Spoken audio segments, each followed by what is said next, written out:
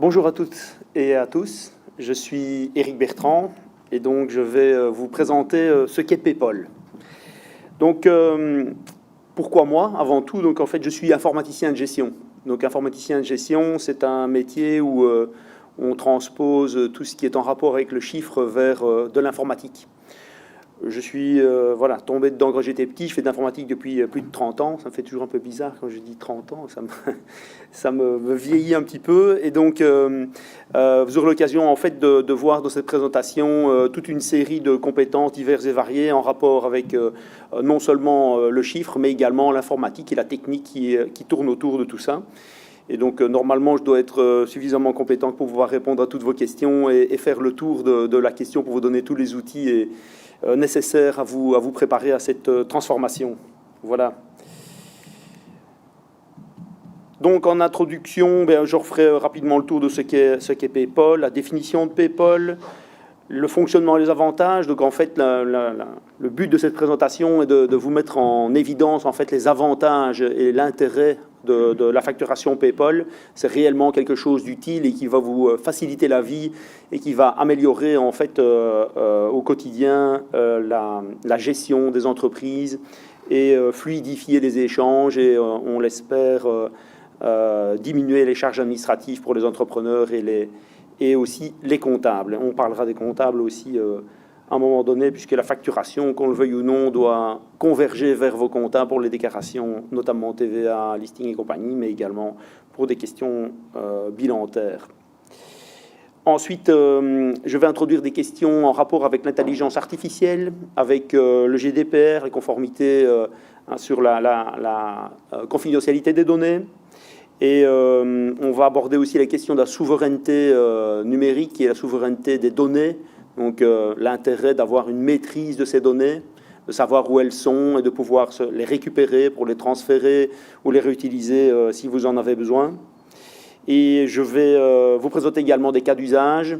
J'ai 2-3 vidéos aussi où je vous montre le cheminement d'une facture, je vous montre l'encodage d'une facture et ce que ça va changer par rapport à ce que vous avez pu réaliser comme encodage dans le passé sur d'autres logiciels. Je vais parler de différents logiciels, de différentes solutions qui existent sur le marché et on va également aborder toute une série de solutions et moyens à mettre en place et bonnes pratiques et choses à éviter pour ne pas tomber dans des pièges qui imposeraient par exemple de devoir réencoder des comptabilités ou refaire le travail une deuxième fois ultérieurement. Donc il faut prendre le train, mais dans le bon sens. Voilà, en gros, vers quoi on va aller. Donc l'importance de la facturation électronique, c'est clair que par rapport à l'imposition qui a lieu au 1er janvier 2026, il n'y aura pas de report. Voilà, comme ça c'est dit, parce qu'il y a une rumeur qui court là-dessus, mais il n'y aura pas de report. Il y a un arrêté royal de mise en application qui est en relecture, qui a passé le Conseil d'État et qui va être publié dans les semaines qui viennent, probablement dans le courant du mois de juillet ou le mois d'août. Et donc ça veut dire que les mises en application, les conditions de mise en application vont être précisées. Ça veut également dire que nous, éditeurs de logiciels et informaticiens, on va encore devoir probablement adapter certains éléments dans les logiciels d'ici les mois qui viennent, d'ici la fin de l'année, pour pouvoir être parfaitement compatibles. Et ça veut également dire que ça va cadrer en fait les choses avec la certitude de la mise en place pour le 1er janvier 2026, mais également sur les conditions d'application avec toute une série de cas d'usage et d'exceptions, ce genre de choses. Donc tout ça sera précisé dans cet arrêté qu'on attend avec impatience. Donc c'est important de se lancer puisque il n'y aura pas de report. Donc pour l'objectif de la présentation, en fait, c'est aussi de mettre en évidence l'impact de l'automatisation de la facture électronique. Donc ça signifie que l'envoi d'une facture électronique avec le format XML à travers le réseau PayPal, c'est le fait d'envoyer une facture non plus d'une personne à une personne, mais d'un logiciel à un logiciel. Donc on n'est plus dans cette dynamique de j'ouvre ma boîte aux lettres et je dois traiter mon document pour l'implémenter ou le mettre en place dans mon système. En fait, tout ça n'a plus lieu. C'est le logiciel en fait qui va réceptionner vos factures automatiquement et les mettre à disposition pour vous les mettre en paiement ou les intégrer dans votre comptabilité. Donc en fait, on est dans un cycle de discussion de machine à machine et plus de personne à personne. Et ça, c'est important en fait à comprendre. C'est-à-dire qu'en fait, vos factures vont arriver spontanément dans vos logiciels et dans vos applications. Mais par contre, vous devrez toujours vous-même encoder vos factures comme vous le faisiez avant pour pouvoir les expédier, quoi. Ce qui est intéressant également, c'est la question de l'accusé de réception. Donc le fait que ce soit automatisé, ça automatise aussi l'accusé de réception. Donc en fait, vous avez une certitude que votre facture non seulement a été envoyée, mais a également été réceptionnée. Et donc ça vous permet en fait de faire votre suivi de facturation et de ne plus devoir avoir cette problématique sur les réenvois de copies de factures perdues et compagnie. Donc, ce qui devrait normalement améliorer également le flux de paiement. Donc un avantage certain. Alors, qu'est-ce que PayPal? Donc PayPal, c'est Pan-European Public Procurement Online. Donc en réalité, PayPal, ça existe déjà depuis longtemps, 2012. C'est une ASBL belge qui a été mise en place, soutenue par la Commission européenne, qui est également modérée par des gouvernements, 17 modérateurs officiels. Donc c'est une norme sûre et fiable. Et cette ASBL, en fait, fournit un grand registre des gens qui sont présents sur PayPal. Donc une facture PayPal, il faut assimiler ça à un système d'envoi d'email. C'est la meilleure manière, en fait, de mentaliser le processus. Vous imaginez, en fait, que vous devez envoyer une facture par email. Bien, vous avez besoin de l'adresse mail de votre interlocuteur. Vous avez besoin de votre fournisseur de services auquel vous allez envoyer votre facture. Cette facture, en fait, va être acheminée au fournisseur de services de votre personne à qui vous voulez envoyer la facture. Et cette personne, en fait, va aller relever sa facture chez son fournisseur de services. Donc, chaque personne qui sera présente sur PayPal, personne morale ou personne physique, assujettie à la TVA ou non, puisqu'on peut se mettre sur le réseau PayPal indépendamment du fait d'être assujetti à la TVA. C'est le cas du gouvernement flamand, par exemple, qui oblige depuis déjà un moment de ne plus recevoir des factures que par le format PayPal. Et donc, en fait, cet acheminement de factures nécessite d'avoir un fournisseur de services et une adresse, comme finalement l'envoi d'un email. J'imagerai tout ça avec une petite vidéo, une petite animation qui vous permettra de mieux comprendre cela. Donc en fait, PayPal, pour reprendre le fil ici, ça existe depuis longtemps. On envoie, nous, des factures au format PayPal déjà depuis 2015, je pense, dans nos logiciels chez nous. C'est quelque chose de rodé, ça fonctionne déjà très très bien, c'est pas quelque chose de nouveau, quoi, en fait. À l'origine, PayPal a été inventé par la Commission européenne pour faciliter les échanges de documents électroniques entre les entités pour des appels d'offres et des appels de fournitures dans le domaine public. Et ça permettait en plus d'échanger des factures électroniques. Et c'est cette partie-là qui nous intéresse. Donc, sous-entendu, ça veut dire que sur PayPal, on s'est envoyé d'autres choses que des factures. On s'est envoyé des bons de commande, des demandes d'offres, des bons de livraison, des accusés de réception, et j'en passe, quoi. Donc, c'est un réseau très vaste en termes de fonctionnalité, mais également très vaste en termes de personnes présentes sur ce réseau. C'est international. Donc, on a des points d'accès PayPal partout dans le monde. Alors, pas tous les pays, mais beaucoup de pays.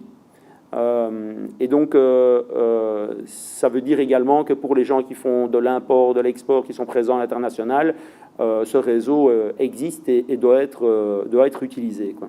L'origine avec Open PayPal, donc, qui est belge. Open PayPal, qui donc régit le réseau PayPal, offre en fait un service.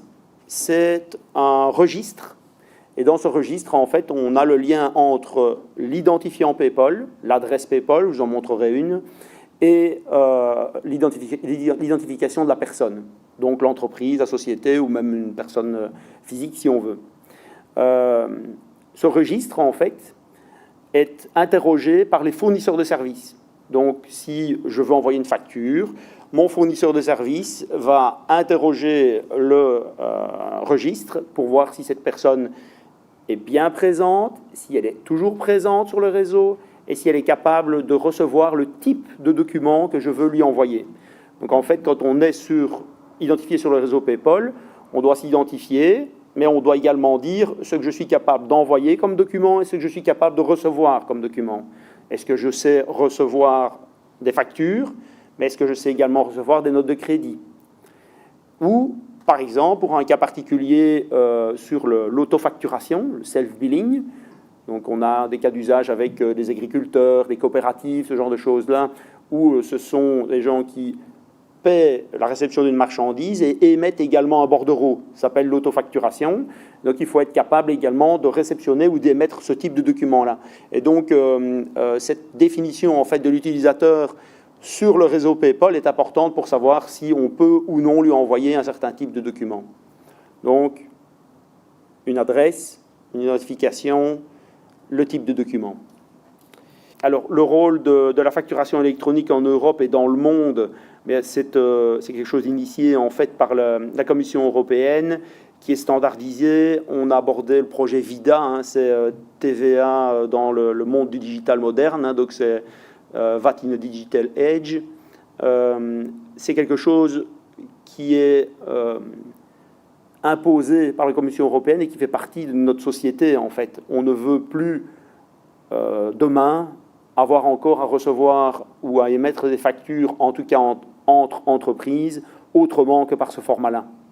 Donc ça signifie que pour les gens qui émettent des factures avec des bordereaux manuscrits, avec les carnets numérotés, j'en ai encore dans mes clients. Et ça existe hein, encore. Hein. Donc c'est terminé, quoi. C'est réellement fini, quoi.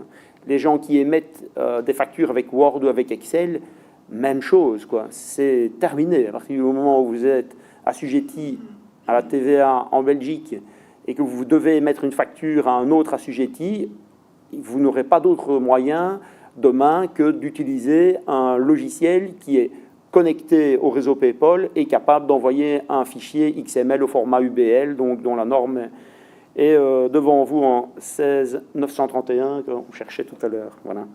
Donc ça c'est réellement quelque chose de indispensable à comprendre, parce que j'ai régulièrement en fait des demandes en disant oui, mais moi j'envoie des factures à tel type d'entreprise et parfois à tel autre type d'entreprise. Dans un cas, ils sont assujettis, pas dans l'autre. Tous ceux qui sont assujettis, vous devez passer par cette solution-là. Donc, à partir du moment où vous émettez des factures vers quelqu'un qui n'est pas assujetti à la TVA, vous n'êtes pas obligé de le faire. Sauf que beaucoup de gens et beaucoup d'entrepreneurs vont dire « mais moi, je préfère les recevoir par PayPal, en fait. C'est bien plus facile. » J'ai des cas d'usage avec une ASBL belge qui n'est pas assujettie, qui envoie en Norvège une facture à un centre de recherche qui n'est pas assujetti. Et ils ont reçu un mail en retour en leur disant « on refuse votre facture ». Voilà. Et ça, c'est il y a un mois. Comme ça. Donc, même les non-assujettis, en fait, vont être poussés dans le dos dans le monde professionnel, en tout cas par l'atmosphère générale qui règne autour de PayPal et la facilité, la nécessité d'y passer, parce que c'est beaucoup plus simple et surtout, ça va standardiser les procédures, quoi. Donc, pour des entrepreneurs qui ont l'habitude de recevoir des factures de plusieurs flux différents, on peut se dire, oui, mais attends, c'est encore un flux supplémentaire, c'est encore une entrée de facture supplémentaire. Je reçois des courriers, je reçois des courriers papier, je reçois des emails, et maintenant, voilà, je vais recevoir encore en plus un flux supplémentaire. Mais dans ce cas-ci, ce flux supplémentaire a pour objectif de supprimer les autres flux. Donc on en est là, quoi. C'est quand même quelque chose d'important à comprendre et de nécessaire pour se décider à faire le pas, pour préparer ses outils, pour y arriver. Il ne faut pas attendre fin décembre pour se mettre en place. C'est maintenant que ça a lieu, quoi, en fait. Je vais aborder la question de la conformité de PayPal au RGPD, donc la question en fait de la conformité du stockage des données, de la fuite de données, du risque qu'on a de voir le système être piraté par exemple, de voir des fausses factures circuler, ce genre de choses-là. C'est un système hyper sécurisé, c'est très bien fait. Les niveaux de qualité de service qui sont imposés aux fournisseurs de services sont très élevés. Ça signifie que vos factures qui transitent par ce réseau sont encryptées, avec des niveaux de cryptage très élevés. Ça signifie également que vos factures ne sont pas stockées sur un réseau à l'extérieur. Elles sont stockées éventuellement temporairement le temps que vos logiciels aillent les relever et puis doivent disparaître des plateformes des fournisseurs de services. Donc vos factures ne restent pas dans le réseau en train de rester en disposition des gens ou d'éventuels hackers ou que sais-je d'autre. Les factures sont acheminées uniquement d'un point A à un point B. Ça signifie qu'elles ne peuvent pas être interceptées. Ça signifie également que par rapport au contrôle TVA de l'État, si à un moment donné l'administration veut prendre connaissance de ces factures, c'est un autre flux qui se met en place en fait. Donc quand vous envoyez votre facture à un tiers, cette facture ne peut être interceptée par l'État pour qu'elle puisse en prendre connaissance. Il faudra que l'administration en fait en fasse la demande. À ce stade-ci, il faudra absolument en passer par là. Elle ne pourra pas intercepter ou aller chercher spontanément les factures.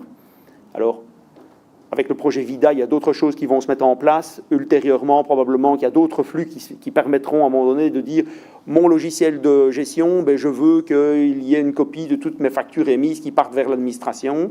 Et pour le réceptionnaire, peut-être automatiser également ça, mais ce sera des flux séparés. Et pour le moment, il n'y a pas encore de mise en application ou il n'y a pas encore de législation à ce sujet. Mais donc, pour le moment, c'est l'émetteur vers le récepteur, pas d'interception et pas de stockage sur le réseau, c'est sécurisé, c'est sûr et c'est fiable. Les acteurs et rôles, donc on a déjà parlé des fournisseurs de services. On a abordé également le gouvernement qui gère OpenPayPal et avec 17 modérateurs autour. Et l'évolution du réseau, c'est clair qu'il y a de l'investissement qui est fait régulièrement, la norme s'adapte, il y a des nouveautés qui sortent régulièrement, donc c'est un réseau qui va avoir de l'avenir et qui va permettre d'inclure de plus en plus de fonctionnalités. Ça me permet également d'introduire la question de l'intelligence artificielle où les données et les métadonnées présentes dans les fichiers XML permettront d'aborder certaines fonctionnalités supplémentaires qu'on exploite très peu ou très mal dans les logiciels de gestion aujourd'hui. Par exemple, le traitement des lignes des articles pour calculer un prix de revient. Donc, c'est quelque chose de très compliqué à faire en général dans les PME. Quel est mon prix de revient réel de mes différents produits que je commercialise? Si j'ai toutes mes factures d'achat PayPal et toutes mes factures de vente PayPal, qu'elles sont toutes référencées dans ce format de fichier qui est tout à fait standardisé, on peut envisager à un moment donné de lancer une intelligence artificielle dessus qui nous calculera en temps réel nos prix de revient. Alors bon, on a déjà fait des tests et des essais de notre côté. On a encore quelques coups de tournevis à donner avant que ce ne soit parfaitement opérationnel et fiable et stable. Mais en tout cas, c'est des perspectives intéressantes à envisager grâce à ce réseau et grâce à cette norme. Voilà. Fonctionnement et avantages. Je vais aller directement au slide suivant et vous lancer une petite animation pour illustrer cela. Voilà. Et donc, un émetteur, un destinataire, le réseau PayPal entre les deux. Donc, la première opération, c'est que l'émetteur va interroger son fournisseur de services pour savoir si son interlocuteur est bien présent sur le réseau et est bien capable de recevoir une facture électronique. Ensuite, l'émetteur lance sa facture vers son fournisseur de service. Son fournisseur de service la transmet au fournisseur de service du destinataire. Et puis, le destinataire va aller relever chez son fournisseur de service sa facture et la réceptionner. Donc, à partir du moment où ça a lieu, il y a la question de l'accusé de réception qui entre en ligne de compte. Et là, il y a un retour d'information qui fait le chemin inverse pour s'assurer que cette facture a bien été réceptionnée. Donc, c'est un système quadrangulaire. Voilà. petite animation en fait pour fixer les idées et figer le cheminement de la facture. Donc c'est pas très compliqué, surtout quand c'est automatisé dans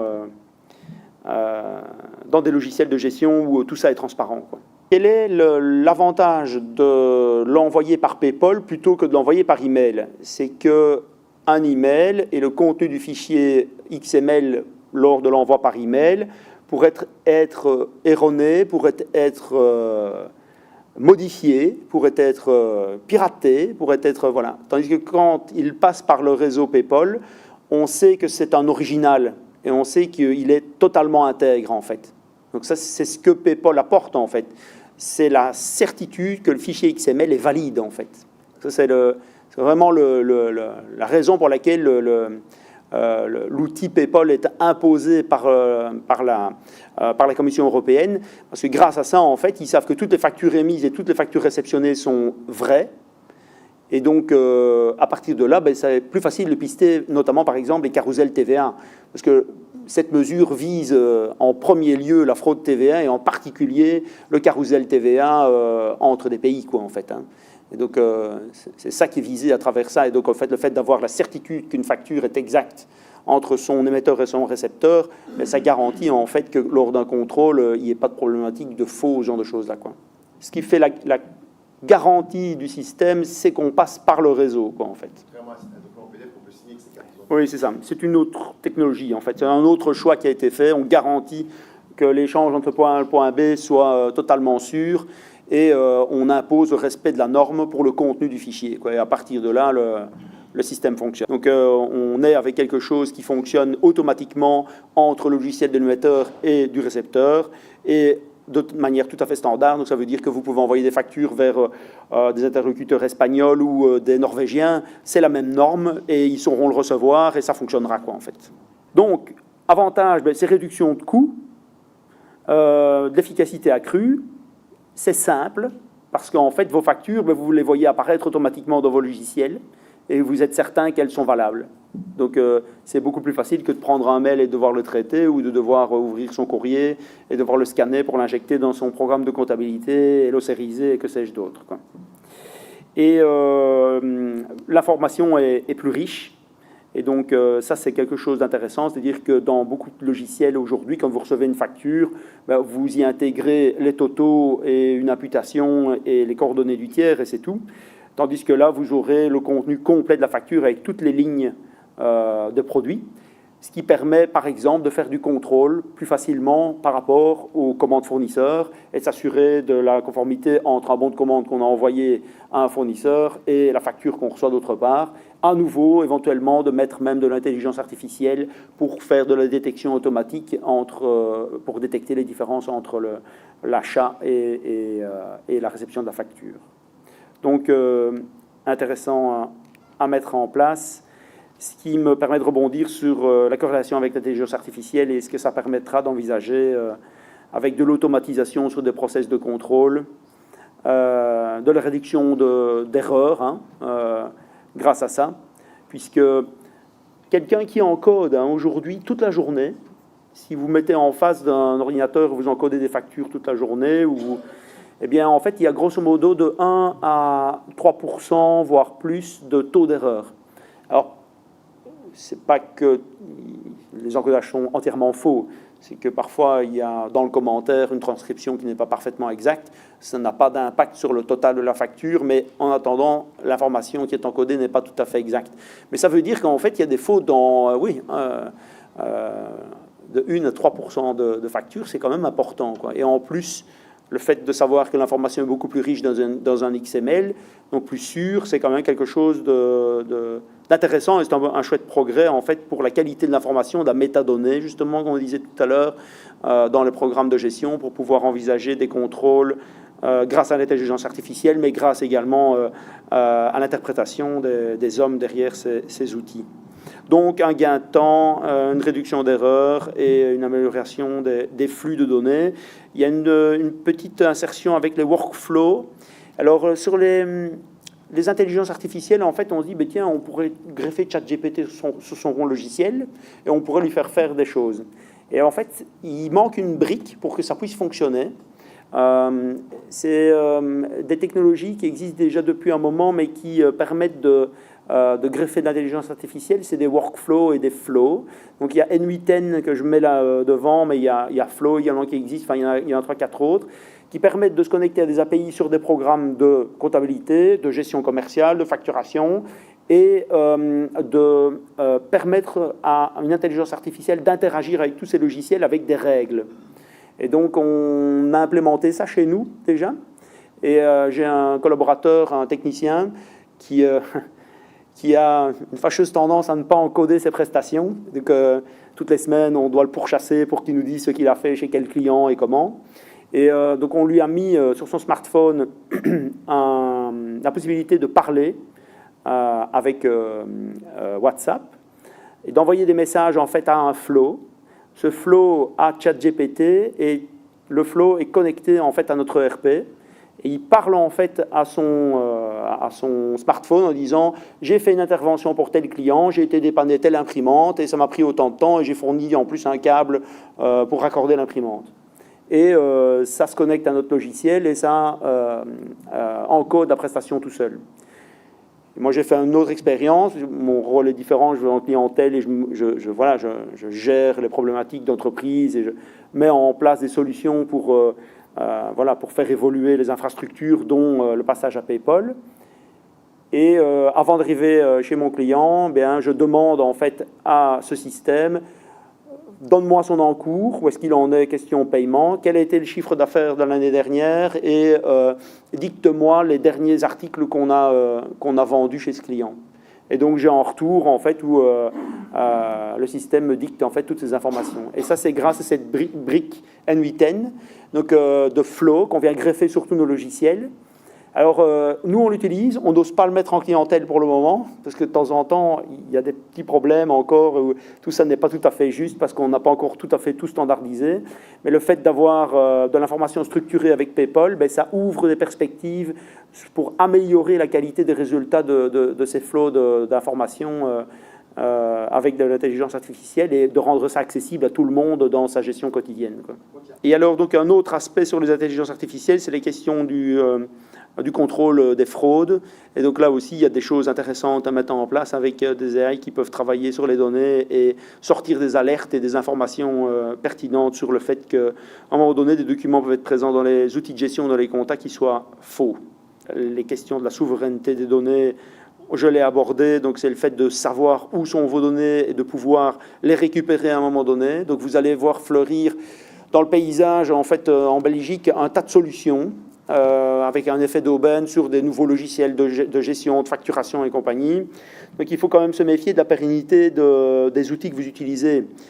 Ce que vous souhaitez, c'est avoir un outil de facturation et de gestion qui soit pérenne dans le temps. Et donc à travers ça, vous avez besoin d'interlocuteurs qui soient fiables.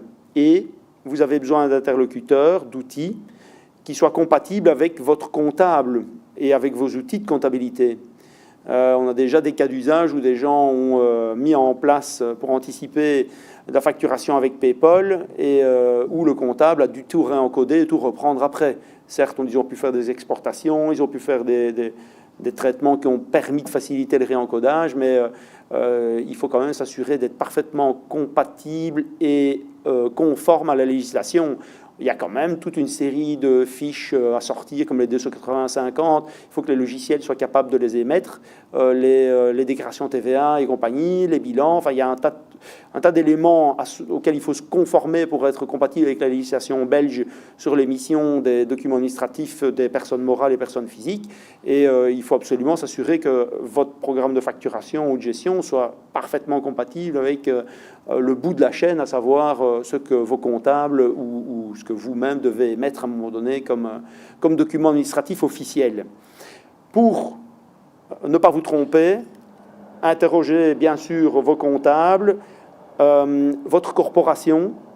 Donc en fonction des métiers que vous faites, il y a différentes recommandations qui existent, différents logiciels standards qui existent. Vous avez dans le monde des comptables, vous avez Bob, Horus, Winbooks, qui sont les 3 plus gros logiciels de comptabilité qu'on retrouve dans la majorité des fiduciaires, qui offrent des plateformes de facturation simplifiées, des applicatifs qui permettent de se connecter et d'être synchronisé avec son comptable. Mais ça a des limites. Beaucoup de métiers ne sont pas compatibles avec ce genre de plateforme et doivent impliquer d'avoir des logiciels plus spécialisés. Ce qui ne les empêche pas d'être compatibles avec ces logiciels de comptabilité, d'exporter les données pour les rendre compatibles vers le comptable. Donc ça, c'est vraiment important, voilà, de prévoir ou de se prémunir de l'usage d'outils qui ne dureront peut-être pas ou qui ne sont pas compatibles avec la législation belge. Je vais vous montrer l'encodage d'une facture avec un logiciel. Alors, je suis agnostique, hein, donc je ne suis pas en train de plaider pour un logiciel plutôt qu'un autre. Il y a un tas de solutions efficaces qui existent sur le marché. Vous avez des logiciels spécialisés dans différents métiers, comme dans le bâtiment, par exemple. Hein. Vous avez des logiciels spécialisés comme Virtuosa dans le bâtiment qui sont déjà compatibles PayPal et qui sont parfaitement opérationnels. Mais vous avez également des logiciels qui sont plus standards comme Odoo, comme Gecosoft chez nous, comme Billit, qui sont des solutions en ligne qui, elles, sont connues. Maintenant, ce n'est pas une liste exhaustive, c'est pour donner quelques exemples. Mais il fallait bien que je jette mon dévolu sur quelque chose. Et là, ici, je vais vous proposer une petite démonstration d'encodage pour le cas de Winbooks. Donc, où on encode deux factures, en fait, avec Winbooks on Web. Et on va réceptionner ces deux factures-là au format PayPal dans Winbooks Connect, qui est une plateforme web pour un réceptionnaire. Et d'un autre côté, la réception d'une facture dans Winbooks comptabilité classique, en fait. Donc, ici, on est en train de se connecter sur Winbooks on Web, donc, qui est un logiciel de facturation en ligne, une solution SaaS. Donc, voilà, on sélectionne simplement son client, son journal de vente. Donc, en fait, ce qui est intéressant de constater, c'est que rien ne change. Il n'y a rien de spécial dans ce qu'on vous montre. Vous encodez une facture PayPal comme vous encodez n'importe quelle autre facture, comme vous le faisiez avant sur n'importe quel logiciel, en fait. En gros, la seule chose qui change, c'est le petit bouton Send qui se situe en bas, qui n'existait pas avant. Donc, il y a un petit bouton pour envoyer la facture qui est disponible au pied de cette interface. Donc, ça permet de provoquer l'expédition de la facture donc vers PayPal et de la lancer vers le réseau. Donc ici, on crée une deuxième facture, donc c'est le deuxième envoi, et on ira voir les deux cas de réception différents. Ce qu'on va voir également, c'est l'interface qui permet de voir que la facture a bien été envoyée. Donc ça, c'est quelque chose de nouveau par rapport au logiciel, c'est qu'avant, on émettait une facture, on l'envoyait par email, ou on l'imprimait, mais on ne savait pas, le logiciel ne savait pas si la facture avait été réceptionnée par le tiers. Et donc on va voir sur une interface juste après, les deux factures qui ont bien été envoyées sur le réseau PayPal. Donc là, on expédie la deuxième, voilà.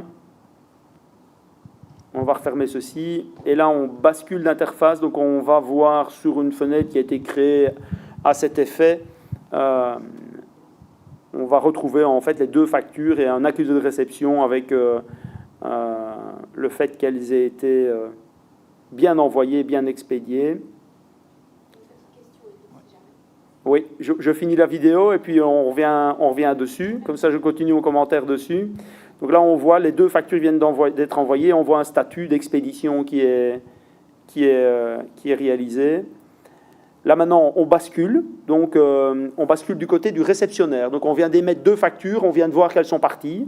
Maintenant, je me connecte sur ma plateforme. Ici, c'est une plateforme qui s'appelle Winbooks Connect qui me permet de voir la facture que j'ai reçue. Et on la voit, elle est déjà là. Donc, c'est instantané dans ce cas-ci. Et on retrouve cette facture au format UBL. On voit que dans le cadre de cette plateforme, on voit qu'elle a été réceptionnée de cette manière-là. On retrouve son format graphique. Donc à l'intérieur de la facture du fichier XML, on retrouve le format visuel de la facture qui peut être imprimé. Il faut éviter. Hein.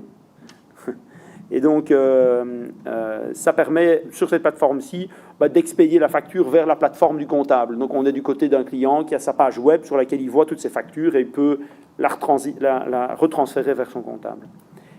Le second cas de réception, donc je réceptionne ma facture sur mon programme de comptabilité. Donc, c'est plus une plateforme web qui me permet de réceptionner mes factures, mais je les reçois directement dans mon programme de facturation et de comptabilité. Donc ici, c'est dans Virtual Invoice de Winbooks, pour ceux qui connaissent. Et donc là, on voit qu'on a une facture à réceptionner. On dit, ben oui, envoie-la moi.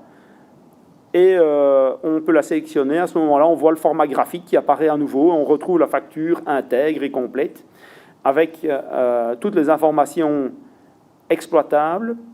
Et ici, on va faire l'encodage. Donc en fait, on appuie sur un bouton et on voit que toute la facture s'est encodée d'un coup avec les totaux, l'identification du tiers et compagnie. Donc on n'a pas dû manuellement encoder les éléments. Voilà. Donc en fait, c'est pas très compliqué. C'est même hyper facile, quoi. Donc on a fait une facture comme on a l'habitude de le faire. On a appuyé sur un bouton envoi. On a un accusé de réception. On sait le voir. Et puis après, ben, on peut le réceptionner soit par un outil web ou soit par un applicatif local type Windows standard. Voilà. Ce n'est que ça. Je pense que monsieur, puis je... Voilà. Oui, merci. Juste une petite question. On parlait tout à l'heure d'autres documents que les factures qui pouvaient être envoyées via le réseau PayPal. Mais là, dans l'exemple que vous montriez, à quel moment on peut choisir le type de document qu'on souhaite envoyer? Alors, l'objet de notre discussion aujourd'hui, c'est l'envoi de la facture électronique imposée par l'État belge à partir du 1er janvier 2026. Et c'est là-dessus que tous les informaticiens de gestion et de comptabilité se concentrent sur l'échange de la facture. Il y a des logiciels, nous par exemple, on a Gecosoft qui permet d'émettre des bons de commande, bons de livraison, et d'émettre tous les autres types de documents, enfin pas tous, mais en tout cas une certaine quantité d'autres documents que la facture par le réseau PayPal. Mais dans les logiciels standards de comptabilité, ce qu'on attend, c'est des factures, pas des bons de commande, pas des bons de livraison, ce genre de documents-là, quoi, en fait. Hein. Donc, c'est quelque part une autre discussion. On est en train de sortir du monde de la compta et de la gestion. Mais une autofacture, par exemple? L'autofacturation, le paramétrage nécessaire à l'onboarding, donc l'identification de l'émetteur de la facture sur le réseau PayPal, va nécessiter une case à cocher supplémentaire dans le paramétrage pour activer l'autofacturation. Et à ce moment-là, une fois que c'est fait, là, les factures qui seront émises en autofacturation, donc le bouton Send reste le même, l'encodage reste le même, sauf qu'on est dans le cadre d'un journal dédié. En tout cas, ça c'est le cas d'usage de l'autofacturation, qui est un cas tout à fait particulier, hein, qui est spécifique, hein, mais qui est bien traité, qui est bien soutenu depuis longtemps sur le réseau. Je voudrais revenir sur un point apparemment dont on m'a parlé, qui est donc l'archivage numérique de la facture PayPal. Donc, on a un document XML, comme on l'a dit tout à l'heure. PayPal, finalement, nous garantit simplement que du point A jusqu'au point B, personne ne l'a modifié. Tant qu'il est dans le logiciel, on peut considérer que le logiciel est certifié, donc du coup, tant qu'il est visuellement dans le logiciel, il est bon.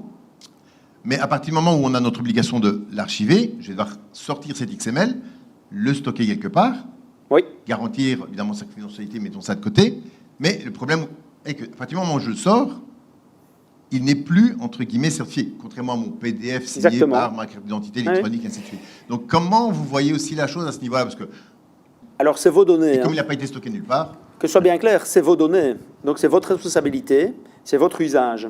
Et si vous décidez de retransmettre à un tiers une version modifiée, comme par exemple un UBL que vous auriez reçu et que vous devez transmettre à l'administration et que vous le modifiez, ça s'appelle une fraude. Et donc là, on sort de l'informatique, on rentre dans le juridique. C'est plus mon métier. Et donc, ça veut dire quoi? Ça veut dire qu'en pratique, la responsabilité de la personne qui détient les données est complète. Donc ça veut dire que vous devez absolument veiller à ce que ces données soient totalement intègres et respectées. Parce qu'il ne faut quand même pas oublier qu'il y a un original qui est de l'autre côté, quoi, hein, et qu'il y a un double contrôle possible par l'administration, de ce côté-là. Et c'est ça le but. Vous abordez une problématique potentielle qui va être régulée ultérieurement. Et ça revient en fait à reparler de VIDA, de Vatine Digital Age et de la Commission européenne qui a des projets en fait pour être mis en copie des factures. C'est ça qui viendra ultérieurement. Mais on n'en est pas là. c'est pas encore ce qui nous occupe pour le 1er janvier, mais les phases ultérieures, ce sera ça, quoi, en fait. Hein. Et c'est là où SPF, ils vont peut-être avoir un peu plus de travail, parce que quand ils vont commencer à avoir un flux de données qui va venir vers eux, ils devront s'accrocher un petit peu. Mais ils viendront nous demander comment faire, parce que nous, on aura déjà fait le boulot depuis un moment. Actuellement, nous, on estime, je pense, environ 1 milliard de factures par an qu'on va devoir stocker. Donc, voilà. Ouais, donc... C'est de la vérification, en fait. Oui. Oui, du data mining, et voilà, on est parti avec des technologies qui sont, voilà, et là ils ont beaucoup de travail d'implémentation à faire, et à nouveau, donc la Belgique ici veut être bon élève, hein, donc l'implémentation de PayPal pour le 1er janvier 2026, c'est très tôt hein, dans le cycle, hein, en réalité, donc on va probablement avoir également des réactions relativement rapides pour la mise en place de tout ça dans les années qui viennent, puisque voilà, l'administration veut être bon élève européen à ce sujet, quoi. Pour les personnes qui doivent choisir un logiciel de facturation, j'ai vu que sur le site du SPF Finance, il y a effectivement toute une liste de logiciels qui sont validés, oui, compatibles, etc. Mais y a-t-il des critères auxquels on doit faire attention en termes de fonctionnalités disponibles, ou est-ce qu'à priori, ils ont tout ce qu'il faut et la base, ou est-ce qu'il y a, en tant qu'entreprise, à quoi faire attention en fait, pour faire le bon choix? Voilà, donc... En fait, je vais compléter parce que c'était un peu sur la même thématique. C'est quoi le conseil que vous nous donnez aussi en lien avec le choix et le lien avec le comptable, en fait? Enfin, oui. Vous en parliez et du coup, je me dis comment on s'assure que c'est OK. Enfin, j'imagine voilà. que c'est appelé, mais enfin... Alors là, je peux vulgariser la chose en disant il faut faire une bonne recette de cuisine et c'est une question de goût. Donc, il faut à un moment donné choisir quelque chose qui vous convient. Donc, c'est le cas d'usage. Et donc, c'est clair qu'une exploitation agricole ou une coopérative ou une entreprise informatique ou un garage automobile ou, par exemple, des opticiens, j'ai le cas d'opticiens où ils ont un logiciel spécialisé et on est dans une niche. L'éditeur n'a pas les moyens, en fait, d'implémenter la compatibilité PayPal et dit, nous, on ne fera pas la facturation PayPal. Alors que ce logiciel est hyper spécialisé pour le métier et qu'il est impensable d'utiliser autre chose. Et donc à ce moment-là, en fait, on est obligé de greffer un outil complémentaire dessus pour pouvoir arriver à émettre les factures PayPal et à pouvoir être compatible avec la législation. Donc dans certains cas d'usage, on va devoir bricoler. Et dans d'autres cas d'usage, on va pouvoir utiliser des logiciels standards, c'est ce que j'abordais tout à l'heure avec les grands logiciels de gestion. Puis dans d'autres cas, on va devoir aller vers des ERP plus lourds. On peut aborder Odoo par exemple, ou des logiciels de gestion spécialisés comme ceux qu'on distribue. On a un logiciel dédié aux brasseurs et aux distributeurs de boissons, et où là on a fait l'implémentation avec l'intégration vers le comptable. Et donc on peut se retrouver à un moment donné avec des solutions orphelines, soit vis-à-vis de PayPal, soit vis-à-vis du comptable, mais qui conviennent au métier. Et donc là, il va falloir donner des coups de tournevis pour rendre tout ça compatible ou changer. Et donc en fait, en fonction de chaque métier, il va falloir jeter son dévolu vers l'outil qui est le plus adapté et en prenant en compte le fait qu'en général, c'est un choix qu'on fait pour 10 ans. Donc c'est quand même un choix important parce qu'on se retrouve quand même sur ces interfaces-là quand même très régulièrement. Et je pense qu'il faut s'assurer également de la pérennité de l'outil qu'on choisit. Donc je parlais de l'effet d'aubaine, il y a des applicatifs et des solutions qui sortent de terre pour le moment qui sont peut-être pas nécessairement pérennes, quoi. Donc il faut quand même aussi se méfier de ça. Donc d'où l'intérêt de parler avec les comptables, des informaticiens de gestion et des collègues dans votre corporation, quoi. Donc il n'y a pas de solution miracle. C'est ça le message. Et il faut, si vous êtes dans des cas d'usage spécifiques, chercher des solutions et rapidement envisager les possibilités qui s'offrent à vous, quoi. Et pas attendre le 31 décembre. Je voulais savoir, est-ce que la facturation PayPal s'applique aussi aux entreprises non assujetties à la TVA? Non. La réponse est clairement non. Vous n'êtes pas assujetti à la TVA. Ce n'est pas quelque chose d'indispensable pour vous. Alors donc on va peut-être aborder les articles 44. Donc on a vu tout à l'heure dans le slide de M. Belflamme la question des exemptés. Donc en fait, vous avez par exemple des kinés qui n'émettent pas de facture vers des vers des assujettis TVA qui bénéficient d'une exemption sur l'article 44, donc pour l'émission des factures. Donc ils ont une identification TVA, mais ils n'émettent pas de facture et ne sont pas sujets à l'émission de déclaration TVA. Mais d'un autre côté, ils reçoivent des factures. Et donc, en fait, on va se retrouver régulièrement avec des gens qui n'ont pas besoin d'un outil capable d'envoyer des factures sur PayPal, mais qui vont quand même vouloir être identifiés sur PayPal à travers une plateforme pour pouvoir réceptionner ces factures au format PayPal, parce que c'est quand même super pratique, quoi. Et vous avez Proximus, par exemple, qui envoie systématiquement ces factures au format PayPal dès que vous êtes identifié sur la plateforme. Donc, elle ne vous demande pas votre avis, vous êtes sur la plateforme, paf, elle l'envoie. Et donc, au-delà de ça, elle envoie quand même une copie par email ou sur la plateforme sur laquelle vous pouvez télécharger la facture, quoi. Donc, ce n'est pas parce que vous êtes exempté que vous n'allez pas y aller, parce que c'est facile pour les recevoir, et peut-être aussi parce que vous allez avoir des fournisseurs qui vous diront « nous, on veut vous les envoyer obligatoirement par PayPal ». Donc, quelque part, les non-assujettis sont concernés aussi, hein. Ils vont être poussés dans le dos pour y passer, quoi. Et justement, concernant les non-assujettis, par exemple des toutes petites ASBL qui sont exemptées de la TVA sous le régime exemption de la TVA pour petites ASBL, Oui. si elles sont face à quelqu'un qui exige d'avoir une facture qui vient via PayPal, cette toute petite ASBL, imaginons, n'a pas de logiciel comptable, n'a pas de comptable, est-ce qu'il va y avoir des plateformes externes, j'ai cru entendre parler par les banques ou des choses comme ça, Oui. qu'il y aurait moyen d'accéder à des facturations PayPal par ce biais-là? Oui, c'est une piste, effectivement. Donc, il y a des plateformes SaaS, hein, comme Bilit, par exemple, qui permettent de le faire. Donc, le fait que vous ne soyez pas assujetti à la TVA et que ce ne soit pas absolument imposé par la législation ne vous empêche pas de bénéficier des fonctionnalités de PayPal et de vous abonner à une solution ou par les banques ou une solution web quelconque. Ça fera très bien le boulot, quoi, je veux dire, hein. Donc, et je pense que dans les ASBL, en général, qui ont un petit peu d'échange avec l'extérieur, vont rapidement le faire, en réalité. Voilà, je pense que j'ai déjà abordé, hein, toutes les questions des avantages et de l'utilité de PayPal. Ça ne fait manifestement aucun doute qu'il y a un futur autour de cela. Il y a des améliorations qui vont venir à travers la norme UBL et le réseau PayPal, mais grâce à l'intelligence artificielle qui va venir se greffer au-dessus de tout ça. Donc, il y a pas mal de choses en développement et pas mal d'évolutions qui vont avoir lieu. Je pense que c'est quelque chose de bénéfique, ce qui se passe là. Si on n'avait pas cette imposition au 1er janvier 2026, jamais on y passe.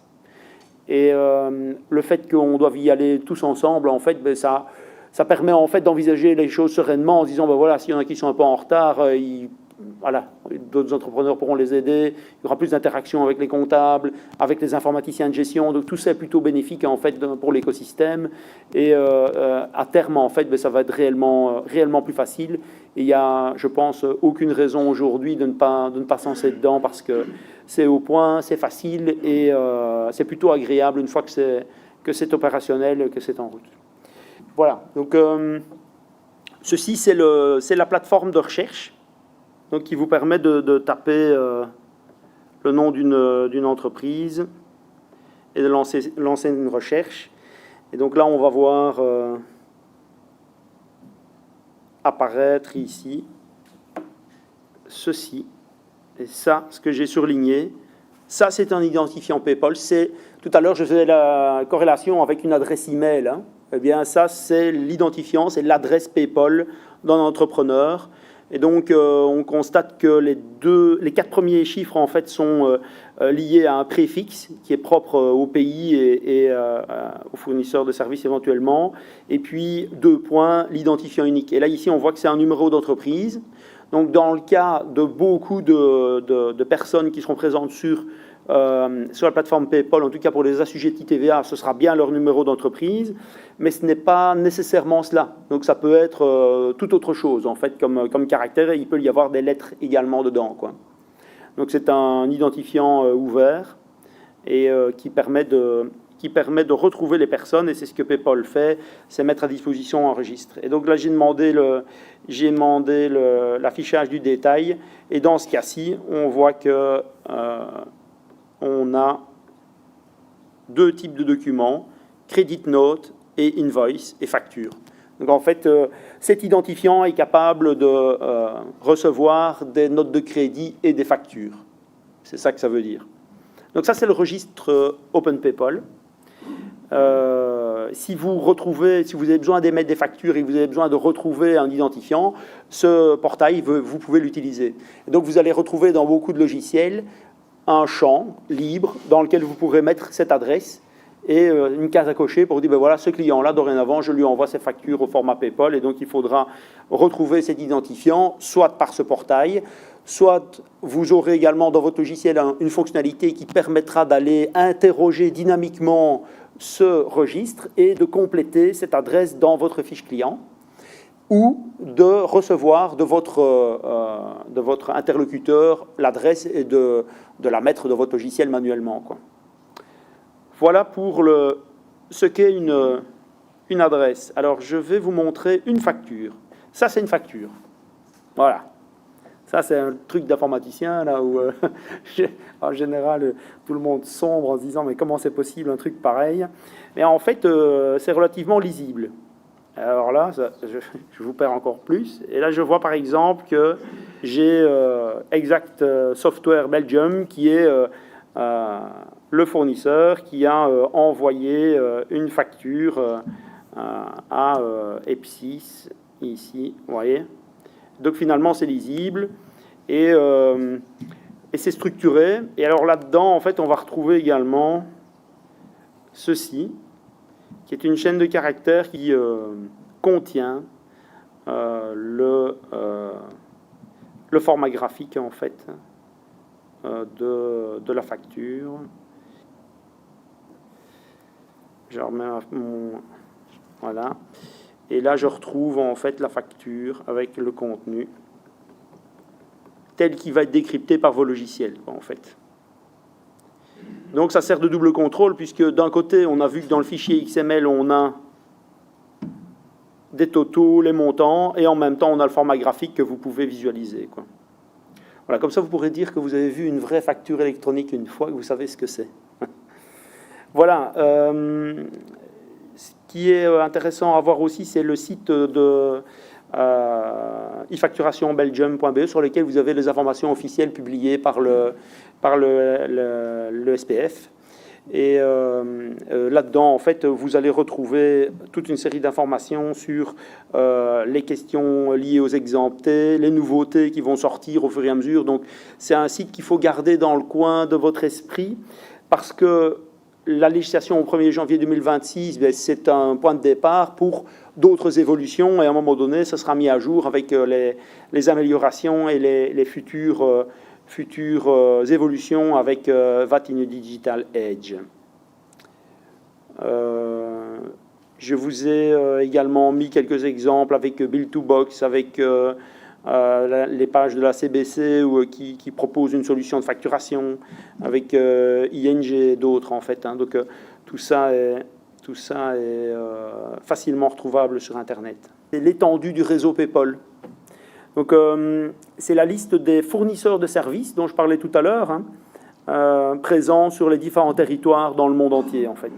Donc on voit quand même une présence européenne forte, mais on voit également le Canada, par exemple, et d'autres pays, la Chine, enfin voilà. Donc pour les exportateurs et notamment pour les e-commerce, ça a de l'importance, hein, puisque vos e-commerce sont censés émettre des factures à un moment donné à des tiers et vers éventuellement des pays étrangers. Donc tout ça sera possible dès que vous aurez implémenté ça dans votre facturation sur vos plateformes d'e-commerce. Donc il ne faut pas oublier que voilà, les e-commerce émettent des factures et il faut qu'ils soient également prêts pour la mutation sur PayPal. Ces chiffres ont un peu plus de 3 mois, je crois, maintenant. Et donc, évidemment, ça évolue fort, quoi. Ça grossit énormément. Et la quantité, en fait, d'abonnés sur le réseau monte en flèche pour le moment, quoi. Donc, ce qui fait que ces chiffres sont déjà obsolètes. Il y a les chèques entreprises qui existent aussi de la région wallonne. C'est un autre système d'aide pour vous aider à faire le pas Donc pour le passage à la facturation électronique, vous pouvez bénéficier en fait de chèques à la maturité numérique qui permettent de couvrir 50% des prestations réalisées par des consultants spécialisés. Donc si vous allez sur le site de Chèque Entreprise, vous allez voir les consultants qui sont disponibles avec leur spécialité. En tant que vraiment petite structure, il nous arrive d'aller chercher des matériaux chez Brico, par exemple. Ce genre de magasin, vous êtes capable de retrouver le numéro PayPal et d'émettre les factures? Alors oui, donc en fait, comme dans votre numéro de TVA, ce numéro de TVA est renseigné sur la plateforme PayPal, et dans ces logiciels, en fait, vous avez un outil de recherche direct. Donc comme d'habitude, vous allez devoir donner votre numéro d'entreprise, et ils vont vous retrouver automatiquement sur le réseau PayPal, et la facture suivra. Alors, ce qui semble être la tendance, c'est de faire les demandes de factures en ligne. Donc sur le portail ou sur l'app du Brico ou que sais-je d'autre, vous pouvez demander « je veux ma facture ». Et donc vous devez encoder votre fiche correctement, dont votre numéro de TVA. Là, il retrouve l'identifiant et il vous envoie la facture d'autre part, quoi. Donc tout ça, voilà, normalement va rouler, même si toutes les chaînes et toutes les entreprises sont probablement prêtes à temps. En fait, pour donner une idée par rapport au fait d'être prêt, donc il y a plus d'1,2 million assujettis. On a grosso modo 300 000 identifiés sur la plateforme. Donc il en reste encore 1 million qui n'ont pas d'identifié en PayPal. Mais sur les 1 300 000, il y a grosso modo, en fait, il y aurait a priori moins d'1% de toutes les factures qui passeraient par là, à ce stade-ci. Donc ça signifie qu'il y a beaucoup de gens qui sont identifiés sur la plateforme, mais qui ne l'utilisent pas pour émettre leurs factures. Et donc en fait, on se rend compte que dans pas mal de cas, ce sont des comptables ou des bureaux comptables qui ont identifié des clients sur le réseau, mais ça veut dire que l'acheminement des factures a lieu jusqu'au logiciel comptable dans la fiduciaire, mais le client final, lui, en réalité, ne la voit pas, quoi. Et donc on va se retrouver dans des cas d'usage où on va devoir désonboarder, donc déplacer l'utilisateur, l'identifiant identifié donc sur la plateforme, vers un autre logiciel pour qu'il puisse voir ses factures, quoi. Parce qu'a priori, il y en a quelques-unes qui n'arrivent pas là où elles devraient arriver, c'est-à-dire chez le comptable plutôt que chez le destinataire, quoi. Tout à l'heure, pour revenir à mon exemple, je montrais Winbooks Connect et où on voit la facture arriver. Et il y a un moment où on clique sur le bouton pour faire envoi au comptable. Donc en fait, le chemin, ça doit être, bien sûr, je reçois ma facture et puis après, je la valide et je la transfère sur mon comptable, idéalement le plus automatiquement possible. Oui, juste quand vous dites on va devoir du coup désonboarder. Enfin voilà, c'est qui le on? Parce qu'en fait, moi, je suis beaucoup en interaction avec des petites structures et la vraie question que je me pose, c'est quoi le premier conseil que je leur donne pour commencer, quoi. Je me suis dit... Et c'est quel genre de structure? Des coopératives ou des agriculteurs? Des coopératives pour agriculteurs? Non, des coopératives de distribution, des magasins, quoi, mais qui sont elles-mêmes en lien avec des producteurs. Et donc, je suis aussi en échange avec des producteurs. Et les producteurs sont vraiment très peu numérisés. Et donc, oui, en fait, c'est des maraîchers, oui, voilà, oui, c'est ça. Et donc, moi, ce que je leur ai dit, c'est je crois que le mieux, c'est d'aller voir votre comptable. C'est la première porte d'entrée. Mais tout à fait. Du coup, donc, en plus, ce que ça a de particulier, c'est qu'on est dans le cas d'usage de l'autofacturation. Donc, c'est ce que j'ai déjà abordé. C'est quelque chose qui a lieu régulièrement. Donc, vous avez la coopérative qui paie le producteur et qui émet un bordereau. C'est plutôt comme ça qu'on l'imagine, mais en fait, ça s'appelle de l'autofacturation. Et donc, c'est clair qu'il faut que les logiciels soient compatibles. Et qu'on le veuille ou non, de toute façon, ça finit toujours dans une déclaration TVA ou dans un bilan ou chez un comptable. Donc, par la porte ou par la fenêtre, le cercle vertueux, c'est bien entendu l'entrepreneur, l'émetteur et le comptable. En fait, tout ça doit tourner ensemble, quoi, hein. Nous, ici, on intervient en tant qu'éditeur logiciel et fournisseur de services. Nos interlocuteurs, c'est souvent les comptables et les experts comptables. Pour donner une idée sur la panoplie de comptabilité qu'on voit passer chez nous, dans notre cas, parce qu'on est distributeur de différents logiciels, je traite jusqu'à plus de 12 000 comptabilités. Donc, je ne les vois pas. Elles n'arrivent sur mon bureau que quand il y a un problème. Et un des problèmes, c'est... voilà, on se retrouve avec un utilisateur qui est onboardé sur un logiciel où les comptabilités capte les factures plutôt que de les envoyer vers le destinataire. Et là, à ce moment-là, en fait, on peut aller changer l'identification PayPal, on peut faire des modifications de ce côté-là pour rerouter les factures vers le bon logiciel, quoi, ou vers la bonne solution qui aurait été choisie par le comptable et par le destinataire, quoi. Après, dans le cas de maraîchers et le cas d'autofacturation, il y a une habitude d'utilisation qui va devoir se mettre en place et il y a peut-être un changement d'habitude d'utilisation où les producteurs vont peut-être eux-mêmes émettre les factures correctement plutôt que de faire des bordereaux avec de l'autofacturation, quoi. On va avoir un changement d'habitude aussi. Hein. Pour poursuivre sur la question du bricot, oui. Qu'en sera-t-il de tous les petits achats qui ne donnent pas lieu à une facturation et qui sont remboursés au personnel, par exemple par une note de frais, un restaurant, l'achat d'une multiprise, tous ces petits trucs où il n'y a pas une facturation établie au nom de l'entreprise? Comment ça va se passer? Voilà. Donc il y a ce cas-là. Et alors on va parler de la souche TVA, tiens, aussi pour le restaurant. C'est aussi intéressant dans le même élément, mais en fait on est en dehors d'une déclaration TVA pour ces tickets. Donc c'est du remboursement de frais. Ça ne fait pas l'objet de la TVA. Ça ne rentre pas dans le scope de la TVA en fait. On n'est pas dans quelque chose qui fait l'objet donc de la déclaration ou du listing TVA. Vous me confirmerez, c'est des comptables également, parce qu'à nouveau, on sort un peu du cadre de la technologie et on rentre dans des aspects comptables et juridiques. Mais donc en fait, votre ticket, vous allez le traiter de la même manière que celui que vous le traitez actuellement, quoi, en fait. Et pour le restaurant, oui, c'était l'histoire de la souche, donc souche TVA, qu'on appelle ça, hein, donc, du restaurant, en fait, c'est exempté, en fait, hein, c'est un cas spécifique qui sort de... Ça, en fait, pour nous, c'est couvert par ce qu'on appelle GKS, donc en gros le système des caisses enregistreuses, et du coup, ça sort complètement aussi de l'application. Oui, voilà. C'est traité d'autre part à l'émission, quoi, en fait. Et donc, vous déduisez votre souche comme vous le faites maintenant, quoi. Ouais.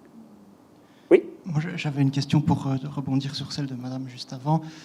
Dans le cadre de l'autofacturation, nous, on avait fait, en tant que syndicat agricole, la demande au SPF que sur la liste des logiciels disponibles puisse être intégrée l'information si le logiciel permet ou pas l'autofacturation. Et ça, si je ne m'abuse, ça n'a pas encore... C'était oui. pas à vous directement, mais on a eu cette réunion-là et on a eu cette demande-là.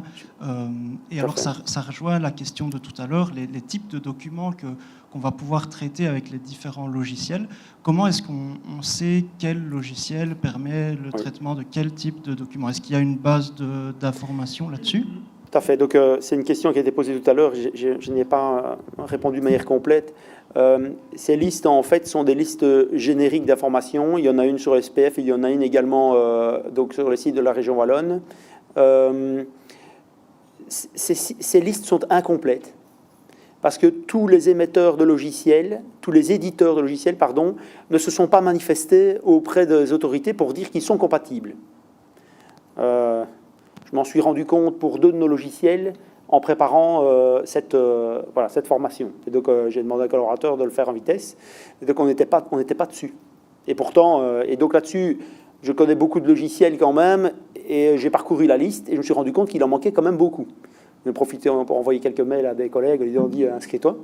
Et donc, en plus, il y a la question de la capacité du logiciel, de ce que ce logiciel est capable de faire ou non. On parle d'autofacturation, mais bien d'autres fonctionnalités également. Et là, c'est quelque chose de très très compliqué à tenir à jour sur un site d'une administration quelconque, parce que ça change tous les jours.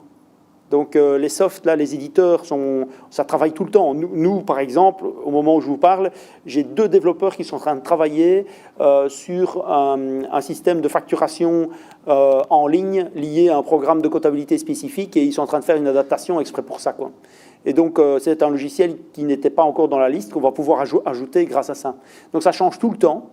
Et non seulement sur la liste, mais aussi sur les capacités que chaque logiciel a, quoi. Donc, on revient toujours à la même chose. Bien sûr, c'est intéressant à consulter comme liste, mais il faut absolument vous tourner vers des collègues dans votre corporation, vers des comptables et des informaticiens de gestion qui sont plus ou moins spécialisés, puisque dans mon cas, par exemple, à travers Infopol, à un moment donné, je fais appel aussi à des collègues pour renseigner tel ou tel client dans telle ou telle niche d'activité, quoi. Par exemple, je parlais de nous, on a un logiciel spécial pour les brasseurs et distributeurs de boissons, tous mes collègues le savent, et de temps en temps, ils me renvoient des clients en me disant « Attention, là, il y en a un pour toi, parce que ils ont absolument besoin de gérer les axes et voilà, les spécificités du métier, quoi. » C'est juste pour réinsister, on est bien d'accord, parce que moi je crains le pire, le 1er janvier, on reçoit un PDF, c'est non. L'éligibilité, de la facture. Donc ça, c'est encore un autre problème. Et on peut rejoindre encore une problématique aussi sur la question du contenu et même du fait qu'elle puisse être éventuellement altérée. Si au 1er janvier, vous recevez une facture et qu'elle n'arrive pas au format PayPal et que votre émetteur n'est pas capable de le faire, ce n'est pas parce qu'elle n'est pas au format PayPal qu'elle n'est pas éligible. Voilà. Une créance, elle est éligible ou elle ne l'est pas. On doit ou on ne doit pas un montant lié à une créance. Et donc, indépendamment du réseau, indépendamment du format, votre facture, votre créance, elle est éligible quoi qu'il arrive. Donc, si vous la recevez au format PDF ou au format papier, ça n'empêche pas votre créancier d'intenter une procédure en recouvrement contre vous. Et vous devrez payer votre facture. Alors, la question de responsabilité, c'est de dire, mais tiens, j'envoie une facture à partir du 1er janvier au format PayPal, mais mon interlocuteur ne sait pas la recevoir. Est-ce qu'il n'est pas prêt? Et donc, quoi? Qu'est-ce que je fais? Moi, il me doit de l'argent, je dois... Voilà. Dans ce cas, évidemment, vous pouvez envoyer une facture dans un format que vous jugerez utile. Vous pouvez aller lui conduire, lui donner en main propre. Si vous voulez, ça ne changera rien. La créance est due, quoi. Et il devra vous la régler. Par contre, il ne sera pas en ordre vis-à-vis du législateur.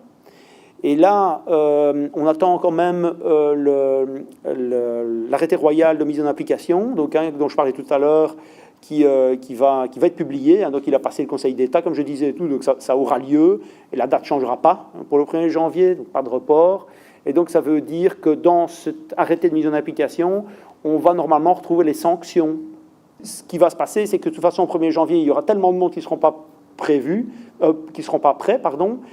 que les fonctionnaires dans les différentes entités TVA vont devoir s'adapter. Probablement, il y aura des circulaires à ce moment-là. Donc, c'est des circulaires d'administration qui vont circuler en disant période transitoire, souplesse ou que sais-je d'autre. Mais pour le moment, c'est ce qu'on entend dire dans les milieux autorisés. Et donc, voilà. Mais il y a déjà des sanctions. Il n'y a rien d'officiel, mais c'est probable, oui. Voilà. Voilà la situation. Mais donc, en tout cas, l'éligibilité de la créance ne dépend pas du vecteur ou de l'outil employé pour l'envoi du document.